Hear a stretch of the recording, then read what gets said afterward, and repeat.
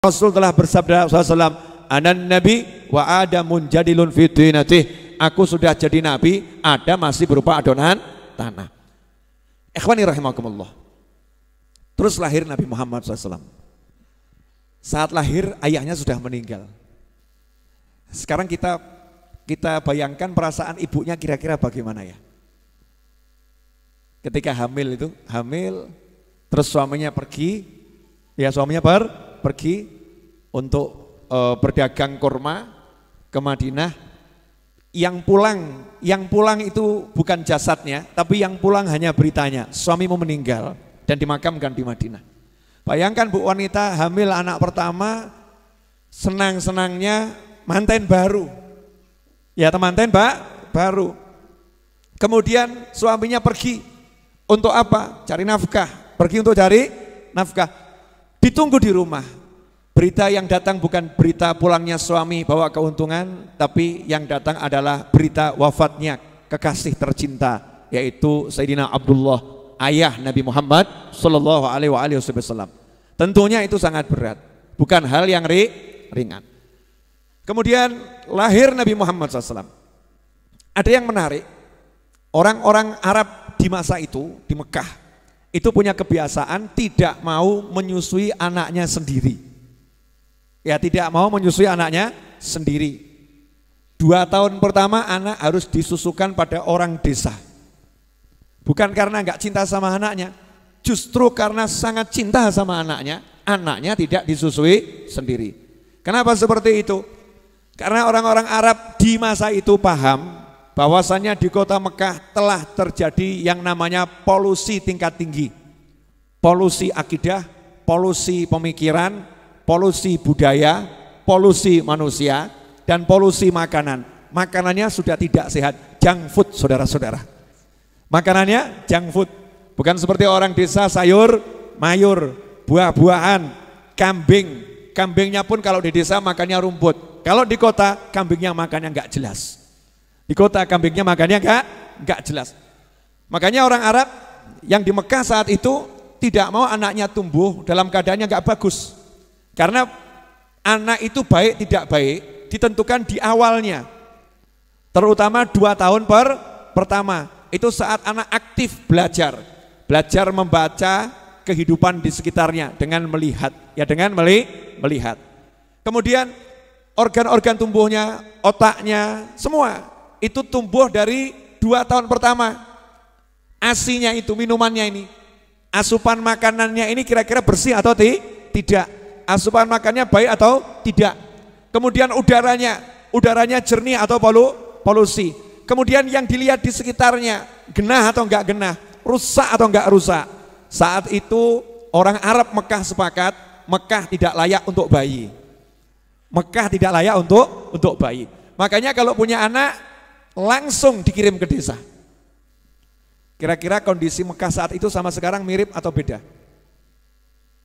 Mirip. Bahkan sekarang lebih parah. Ini yang harus jadi akidah umat Islam. Zaman Nabi itu zaman terbaik. Jadi kamu jangan merasa zamanmu lebih baik. Zaman kita ini bejat-bejatnya zaman dibandingkan zaman terdahulu. Walaupun orang baik sangat banyak. Ngeri. Saya baca, Masya Allah, saya tuh nggak pengen baca berita. Tapi kalau buka Google tuh beritanya muncul sendiri. Sekarang ada isu aneh-aneh. Laki-laki pakai jilbab. Namanya apa itu? Apa? Sembuh pokoknya gue ya. Laki-laki pakai jilbab. Ya wajahnya memang cantik. Kan untuk membuktikannya perlu diplotrokkan dulu. Dan tidak mungkin tuh ya. Tidak mungkin dilakukan. Masuk ke toilet wanita, masuk di musola tempatnya kaum wanita, katanya seperti itu. Ya saya nggak menangi, saya laki-laki. Saya laki-laki nggak menangi ya. Nah kalau ada perempuan masuk ke tempat laki-laki, keuntungan untuk Anda semua. Gitu, ngawur kamu. Nggak seperti itu. Artinya zaman sekarang ini kan muncul aneh-aneh, macam-macam. Baca berita di medsos. Terkait berita itu benar 100% atau 99% atau 70%, Tapi beritanya aneh-aneh. Istri bakar suami dan anaknya. Masya Allah. Ya ketangkap sama Pak polisi. Ya, ketemu itu, terbukti akhirnya. Diobong dia, dibunuh. Istri bunuh suami. Caranya macam-macam.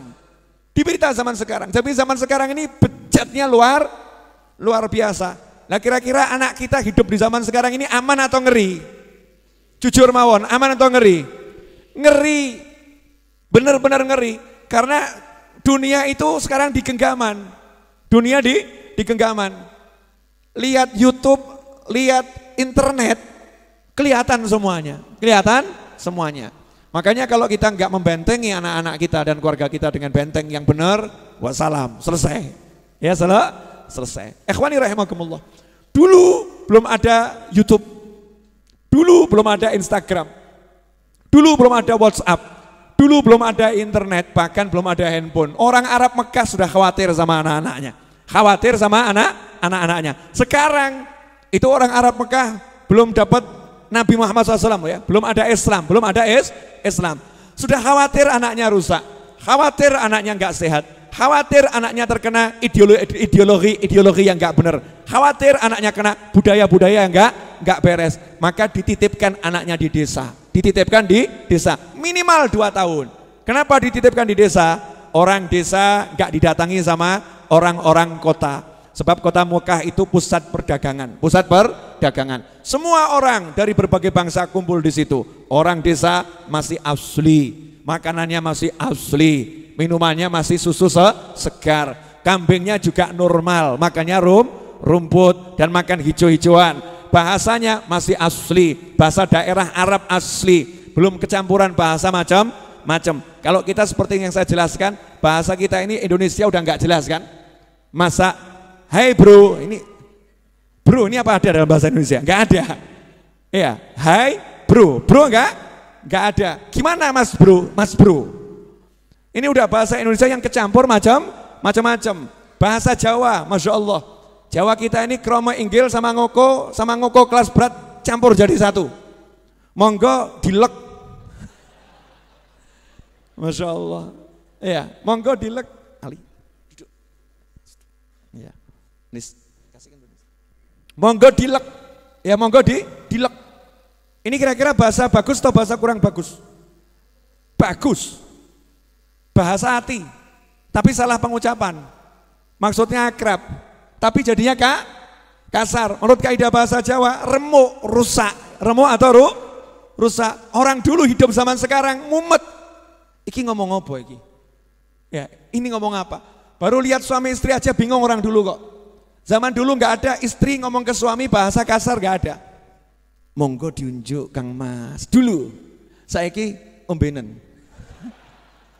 Betul. Rusak bahasanya. Nah, kita harus cari desa yang masih rodok asli. Ya rodok angel ya. Agak asli. Kalau orang Jawa pengen bahasa Jawanya tetap Jawa tenan, anaknya dititipkan ke sana. Tapi apa kita mau? Emoh, gak rela.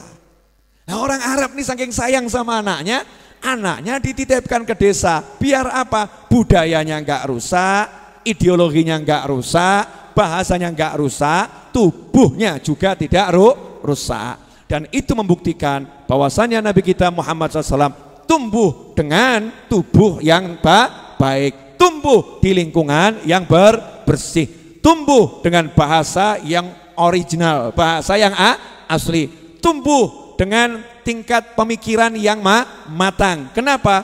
Karena di desa kehidupannya keras, ya, gembala kambing.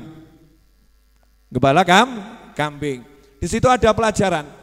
Kalau kita memang pengen anak kita jadi orang besar, ya kita harus mengumpulkan anak kita dengan orang-orang asli itu yang masih original biar belajar. Bu, kalau anak ibu dijadikan tukang parkir, rela enggak bu? Enggak. Betul ya? Kalau anak ibu dititipkan ke tempatnya Pak Yai, ternyata sama Pak Yainya suruh ngosek WC. Enggak diajari baca, tulis, ngaji, tidak. Sama Pak Yai suruh ngosek WC. Untuk yang enggak paham bahasa Jawa, ngosek WC itu membersihkan toilet. Tapi enggak enak ya, ngosek WC itu enak. Membersihkan toilet, enak atau enggak enak? Kurang. Ngosek WC itu ada rasanya. Membersihkan toilet terlampau lembut. Ngosek WC, nanya apa? Kira-kira sedikit protes atau lega? Lanjutkan nak, ngosek WC terus. Atau kita ngomong sama Pak Yai, ngomong sama Habibnya, Bib, saya jauh-jauh titipkan anak saya ke sini biar belajar, bukan untuk ngosek WC. Di rumah saja tidak saya izinkan ngosek WC. Kenapa sampai di sini suruh ngosek WC? Gak rela.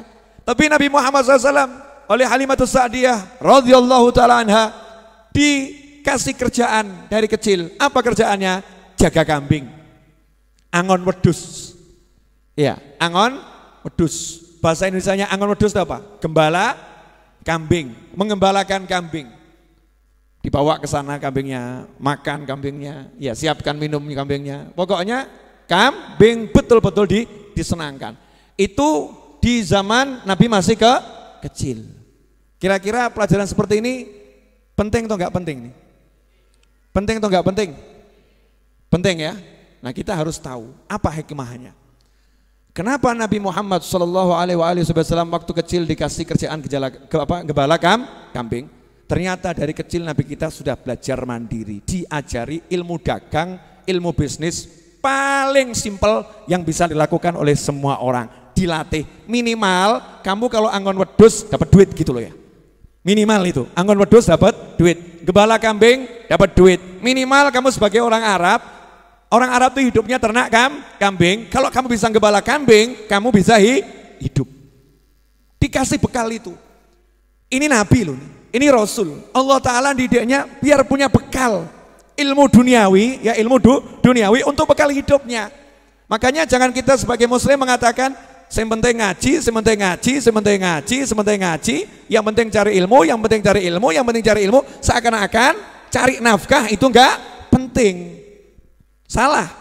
Dari kecil Nabi Muhammad SAW sudah dididik gimana caranya untuk bertahan hidup. Untuk bertahan hidup, kamu harus bisa gembala kambing. Nah, dalam pekerjaan gembala kambing itu ada hikmah yang luar biasa. Apa hikmahnya? Ngurusi kambing itu nggak gampang.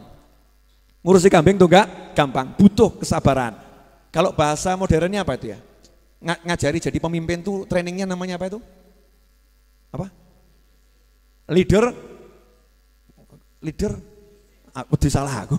Leadership, ya, leadership sekarang itu kan paling ikut seminar 1 hari atau sekian jam ya.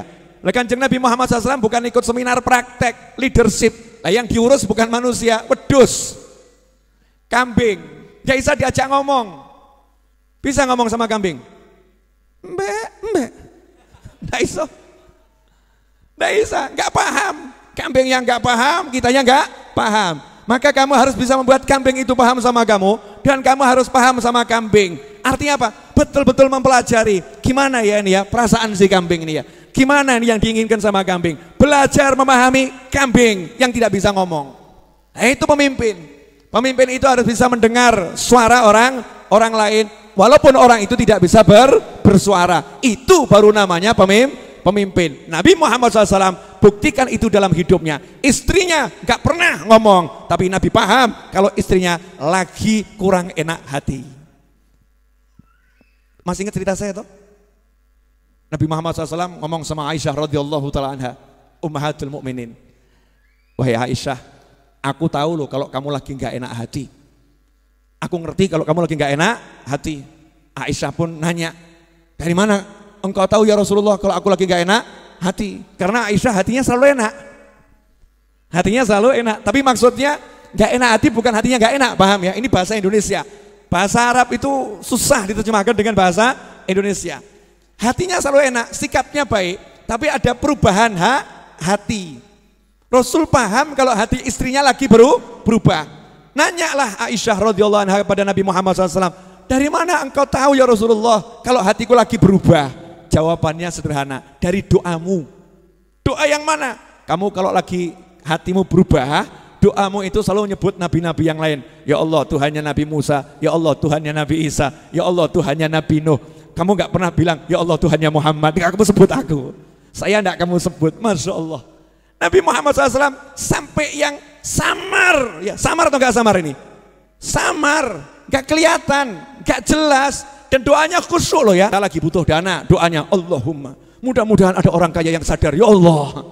Nah, itu cetok itu. Itu doa modus minta sumbangan. Nah, itu doa modus minta sumbangan. Ini enggak. Betul-betul khusyuk. Allahumma Rabban Nuh, ya Allah Tuhannya Nuh, ya Allah Tuhannya Musa, ya Allah Tuhannya Isa. Khusyuk. Enggak ada niatan nyindir, enggak ada.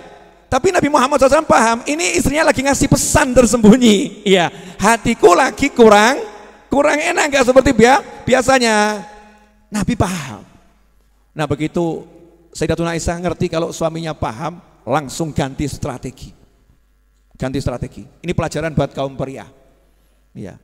Wanita itu semakin cerdas, semakin pinter. Ini betul loh ya.